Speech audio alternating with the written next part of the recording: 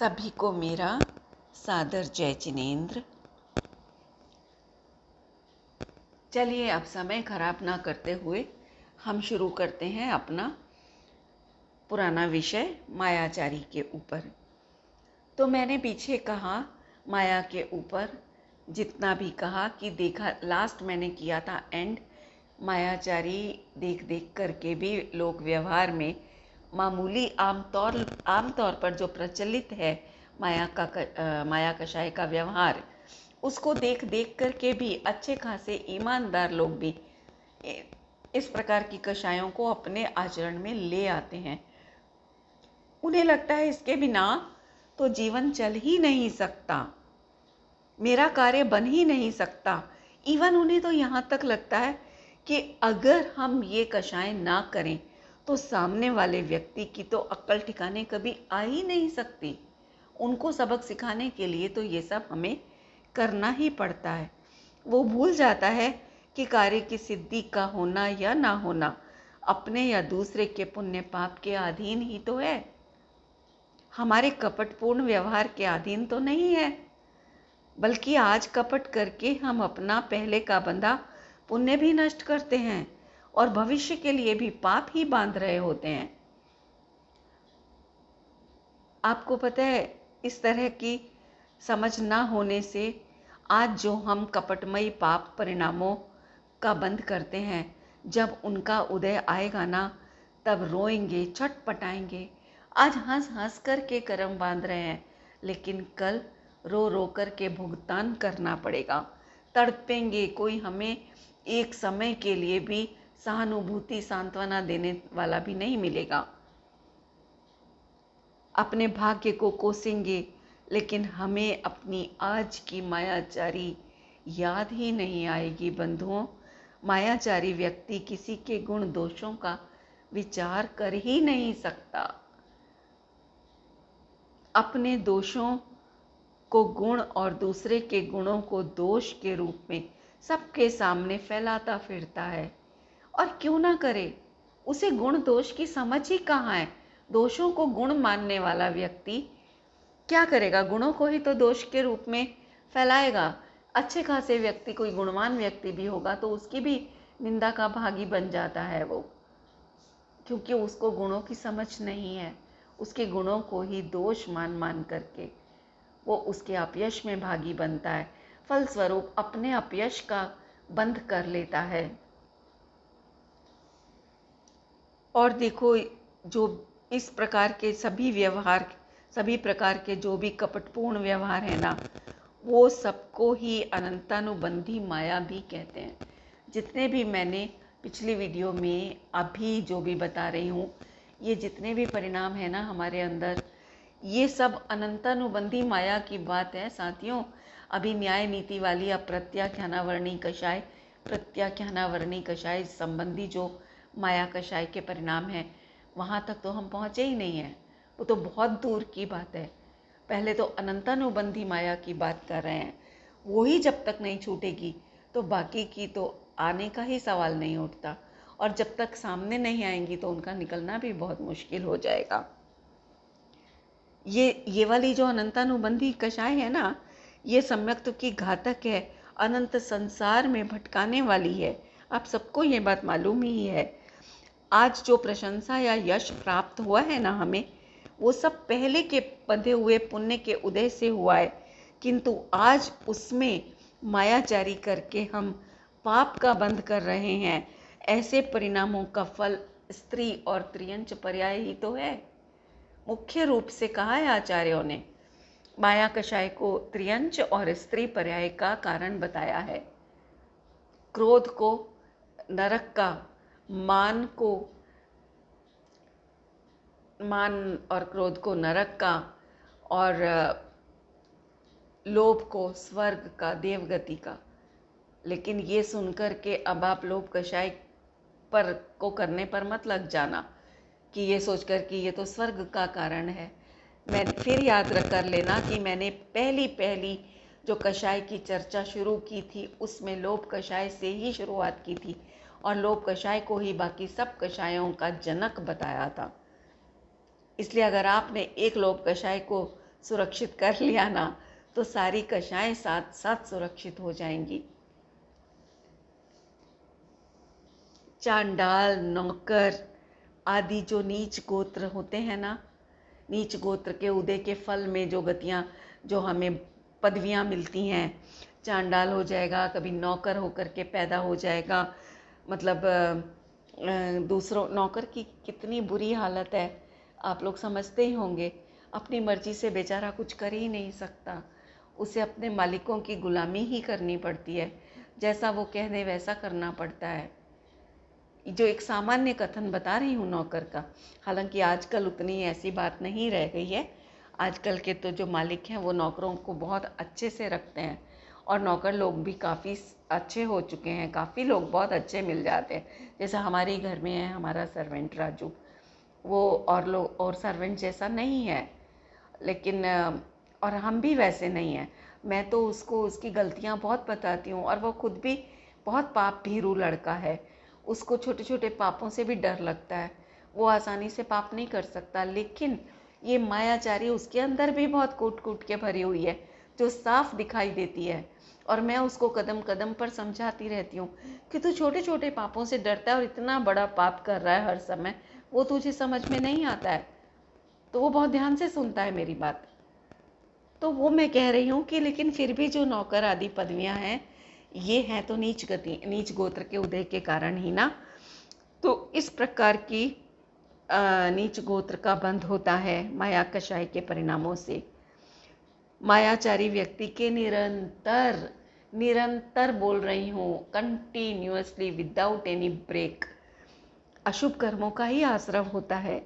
ऐसा नहीं कि सिर्फ लौकिक क्षेत्र में ही मायाचारी का व्यवहार करता हो, वो धर्म क्षेत्र में भी मन से माया कषाय का पोषण हम कर लेते हैं, और इस बात का पता भी हमें नहीं चल पाता। कैसे?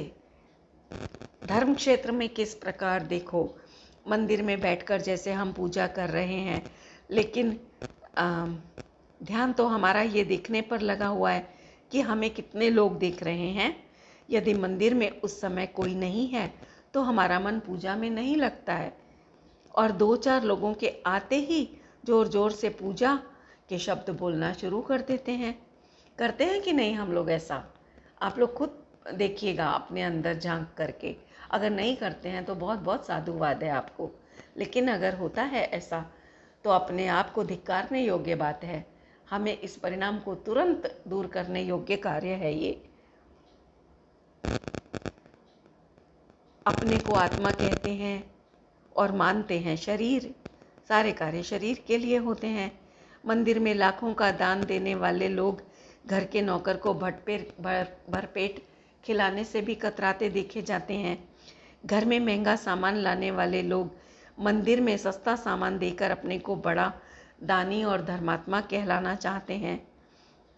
घर में खाएंगे बहुत खुशबूदार, बहुत महंगा बढ़िया चावल, लेकिन मंदिर में लेके जाएंगे 40 रुपये 20 रुपये किलो का सस्ता सा मोटा चावल। ये क्या है? ये सब मायाचारी ही है। अब आप ये नहीं सोचना कि मंदिर में चावल तो हम ले जा रहे हैं, उससे क्या फ़र्क पड़ता है, वो हमारे खाने में थोड़ी ना काम में आ रहे हैं।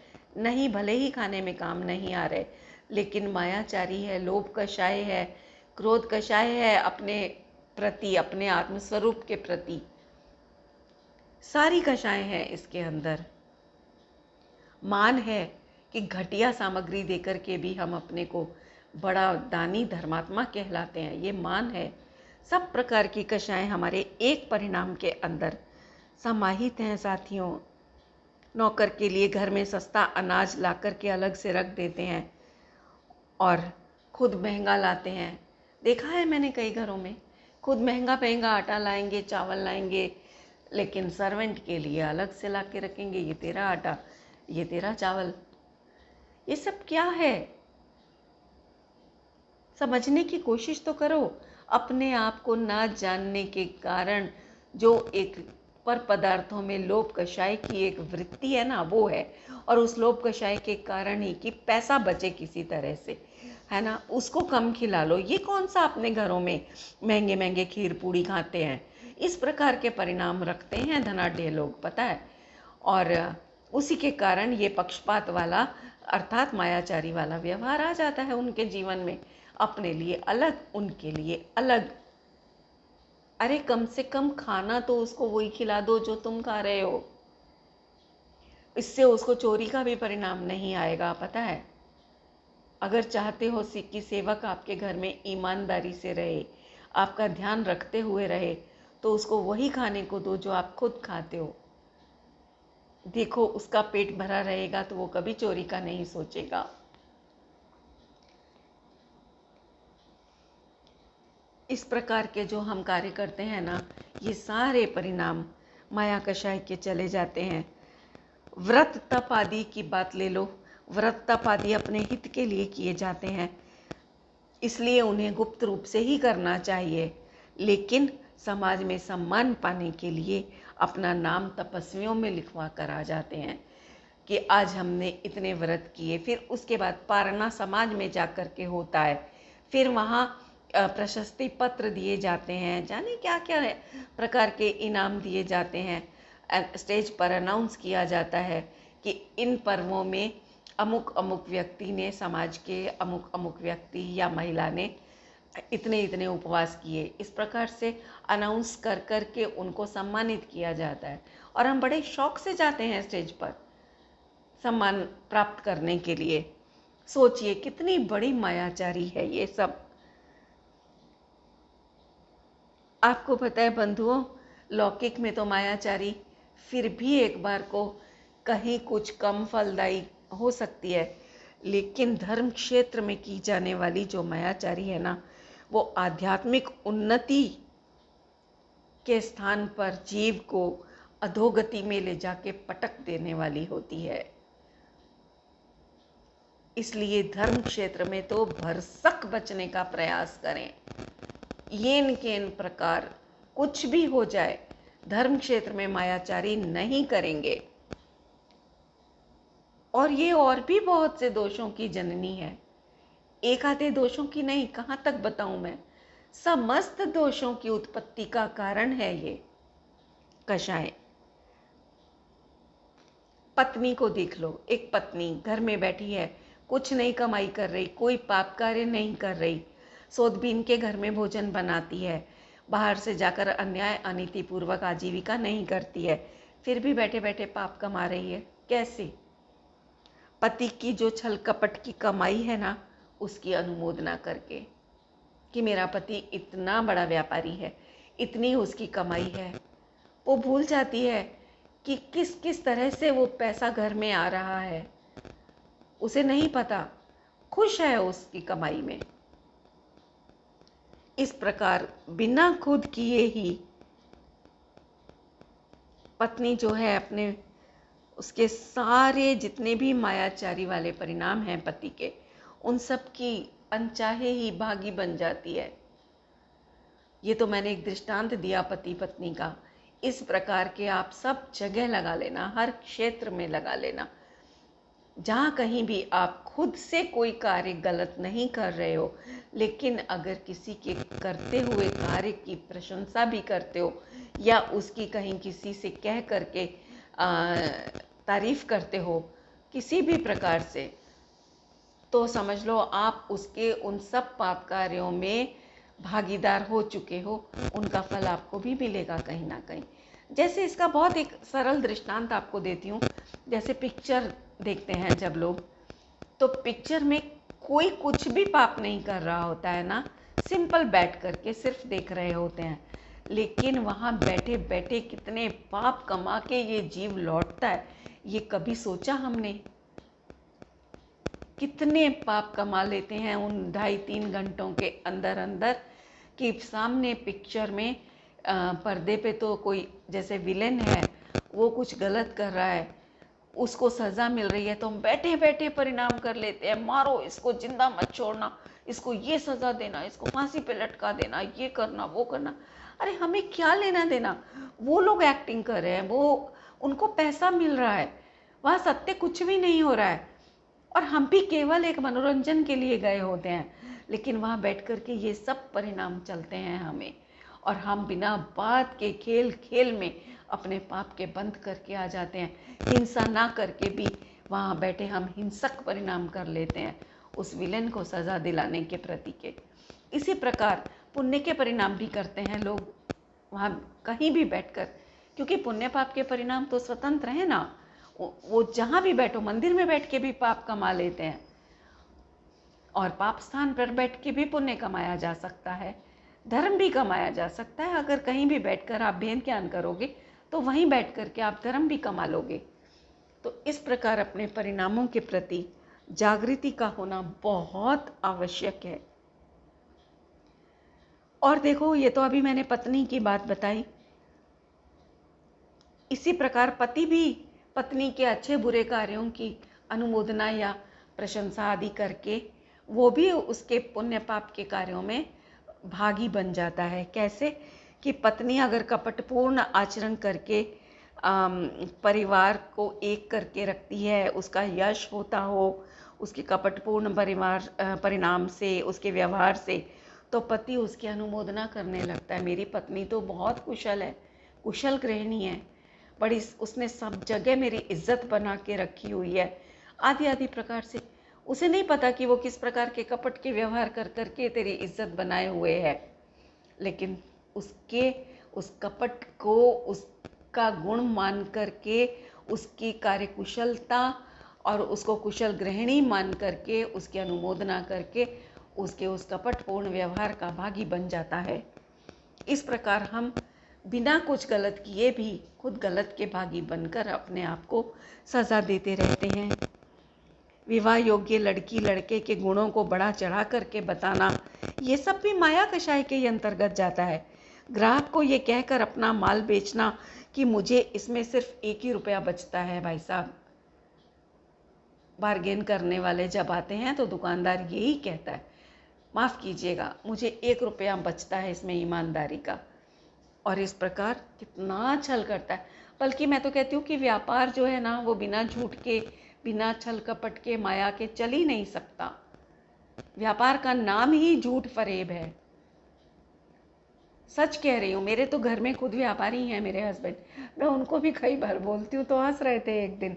मैंने कहा बिना झूठ के, बिना बेईमानी के आप व्यापार नहीं कर सकते हो। तो हंसने लगे, कहते हैं मैडम तुम क्या जानो, करना पड़ता है हमें। आज जो तुम्हें इतने ऐशो आराम मिले हैं वो इसी का नतीजा है। तो मुझे कई बार तकलीफ़ भी होती है कि मैंने भी कुछ ऐसे कर्म करे होंगे जिसकी वजह से मुझे भी इस प्रकार के धन से अपना गुजारा करना पड़ रहा है। लेकिन यहाँ पर बात वो नहीं कर रही हूँ मैं कर रही हूँ इन परिणामों को, इन कार्यों को, इस तरह के व्यवहार को उपादेय मान करके करना, उसकी बात कर रही हूँ। वो ही सबसे बड़ा घातक परिणाम है हमारा। अगर हम करते हुए भी उसको गलत समझ रहे हैं, उसके निंदनीय स्वरूप को समझ करके उसे धिक्कार रहे हैं, अपने आप को खेद आ रहा है हमें ऐसा करने पर, तो उसमें इतना दोष नहीं है। वो दोष धीरे धीरे हल्का हो जाएगा।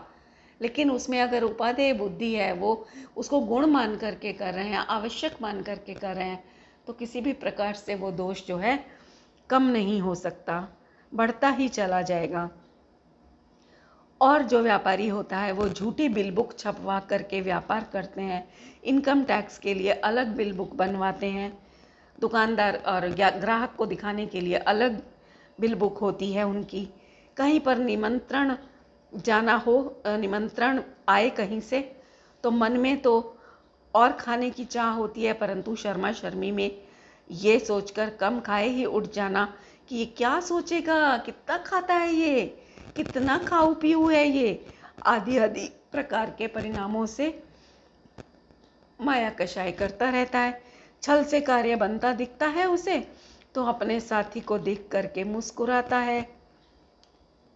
ये सब भी काया द्वारा माया की अनुमोदना है। जैसे कि मान लो, इसको मैं खोलती हूँ कि जैसे कोई मित्र है हमारा, मान लो मेरी ही कोई मान लो मित्र हैं, और अगर वो कहीं पर छल से कार्य साध रही हैं और मैं उनके साथ हूँ, तो मुझे पता है कि वो छल कर रही है, मायाचारी कर रही है, जैसा दिखा रही है वैसा है नहीं, मुझे पता है। लेकिन मैं उसको देख देख करके मुस्कुरा रही हूँ, मतलब कि उसके उस कार्य की प्रशंसा कर रही हूँ, अनुमोदना कर रही हूँ। तो ये भी मेरी काया के द्वारा मायाचारी की अनुमोदना हो गई। मैंने अपने मुस्कुराहट से, अपनी काया द्वारा मुस्कुराहट दे करके मैंने उसके उस छलमयी परिणाम की प्रशंसा की है, उसका साथ दे दिया है उसमें। इत्यादि इत्यादि प्रकार से अपने कर्म बांधते रहते हैं हम। और यूजुअली क्या होता है, औपचारिकता के नाम पर किया जाने वाला जितना भी व्यवहार है ना हमारा, वो सारा ही मायाचारीमय होता है। जितना भी औपचारिकता के नाम पर व्यवहार है वो सारा माया कषाय है। परख लेना अपने अंदर। औपचारिक कहा ही इसलिए है क्योंकि मन में नहीं चाह रहा है, ऊपर से दिखा रहा है फॉर्मल। इनफॉर्मल जो होता है अनौपचारिक, वो होता है अंदरूनी मन के साथ, खुशी के साथ किया गया कार्य। तो वहाँ माया कषाय नहीं आती, वो सहज व्यवहार होता है, वात्सल्यपूर्ण व्यवहार होता है। लेकिन औपचारिक कहने का मतलब ही ये आ गया कि मन में कुछ है, बाहर से कुछ दिखा रहा है। तो इसीलिए मैंने बोला कि औपचारिकता वाला जितना भी व्यवहार है वो सारा मायाचारी रूप ही होता है। इसलिए जिसे माया कषाय प्रिय ना हो वो औपचारिकता से दूर रहे। हालांकि ये बात भी सच है कि जो औपचारिकता से दूर रहने वाले लोग होते हैं ना, उनका जगत में अपयश ही होता है। ये तो पक्की बात है। उन्हें यश नहीं मिल सकता क्योंकि उन्हें दिखावा नहीं आता है करना। वो जैसे हैं वैसे ही सामने आते हैं दुनिया के, और दुनिया जैसे को तैसा स्वीकार करने को तैयार नहीं। वो तो छल कपट औपचारिकता चाहती है, उसे तो झूठी प्रशंसा, मुस्कुराहट चाहिए, चाहे अंदर से उसको गाली दे रहा हो कोई, लेकिन सामने से हंस हंस कर बात कर रहा है, तो उसके लिए तो बहुत कुछ हो गया वो व्यक्ति। तो इसलिए सोच लीजिए कि आपको अगर इन दोषों से बचना है, अपने आत्म स्वरूप की प्राप्ति की ओर कदम बढ़ाना चाहते हो, तो आपको जगत के यश अपयश की परवाह छोड़नी पड़ेगी।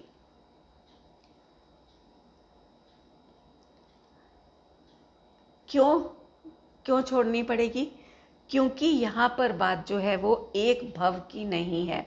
आपको एक भव के यश की चिंता नहीं करनी, आपको अनंत भवों को सुधारने की चिंता करना है।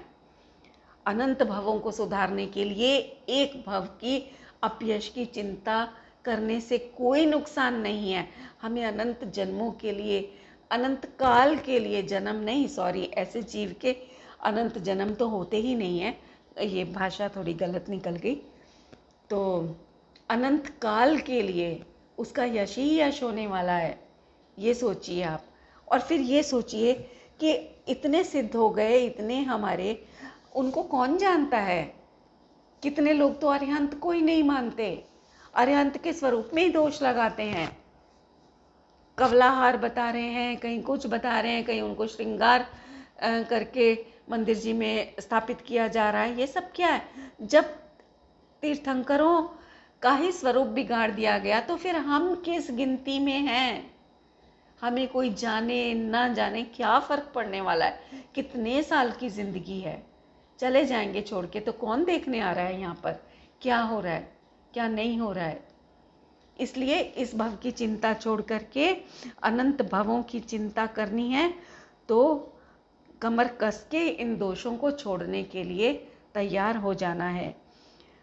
मायाचारी को बनिया बुद्धि भी कहा जाता है, क्योंकि बनिया अर्थात आज के समय में माया कषाय के बिना व्यापार करना अत्यंत कठिन है। ऐसी जो मान्यता है ना हमारी कि माया कषाय नहीं करेंगे तो व्यापार कर ही नहीं पाएंगे, आजीविका कर ही नहीं पाएंगे, ऐसी जो हमारी मान्यता है, बुद्धि है, उसका नाम है बनिया बुद्धि।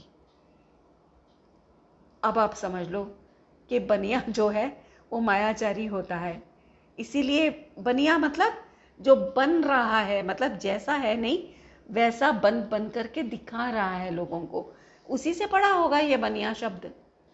मुझे तो पता नहीं, पर अगर हम अपना दिमाग इस्तेमाल करें, बुद्धि का प्रयोग करें, तो ये बिल्कुल उचित लग रहा है बनिया शब्द की परिभाषा।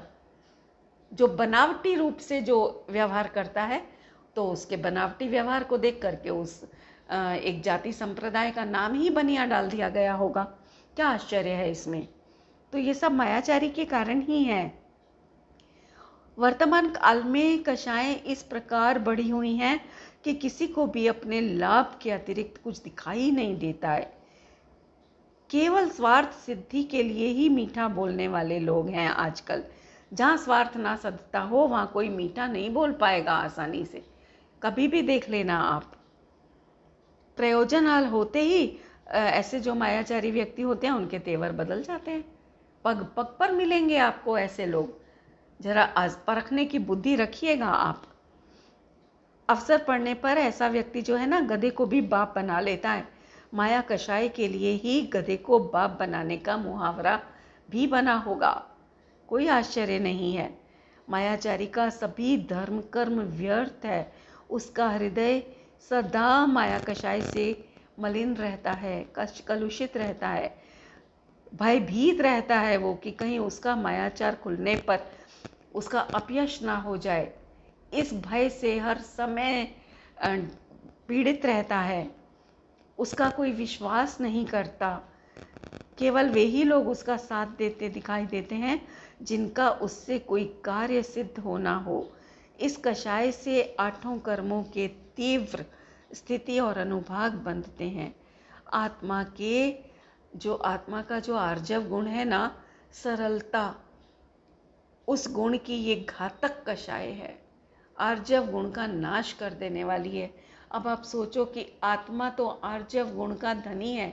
हमारे आत्म प्रदेशों में कहीं टेढ़ापन नहीं है, सब सीधे हैं। इसीलिए तो देखो ना, जब केवल ज्ञान प्रकट होता है, केवल ज्ञान के साथ साथ ये जो शरीर होता है ना, उन केवली परमात्मा जीव का, उनका शरीर पलट करके तुरंत सारे परमाणु परम औदारिक शरीर में परिवर्तित हो जाते हैं।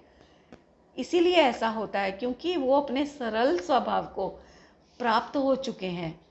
तो उनकी जो ये काया है ना, ये भी सारा टेढ़ापन छोड़ देती है। इधर उधर के अंगों में कहीं टेढ़ा मेढ़ापन आया हो तो वो सब छोड़ करके परम औदारिक शरीर में कन्वर्ट हो जाता है उनका ये औदारिक शरीर।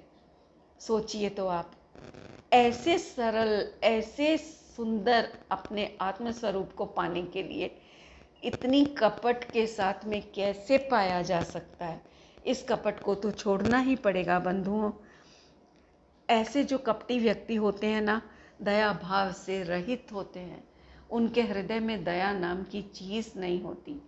समस्त प्रकार के दोष उनके अंदर पाए जा सकते हैं, मिलते ही हैं आपको। कभी भी आप परखिए, आपको देखने को मिल जाएंगे। इसलिए निर्दोष स्वरूप की प्राप्ति के लिए सबसे पहले हम इन खतरनाक आत्मघाती स्वरूप वाली कषायों का त्याग करें, इनसे बचने का यथासंभव प्रयास करें। ऐसी शुभकामना के साथ अभी के लिए विराम लेती हूँ। जय जिनेंद्र।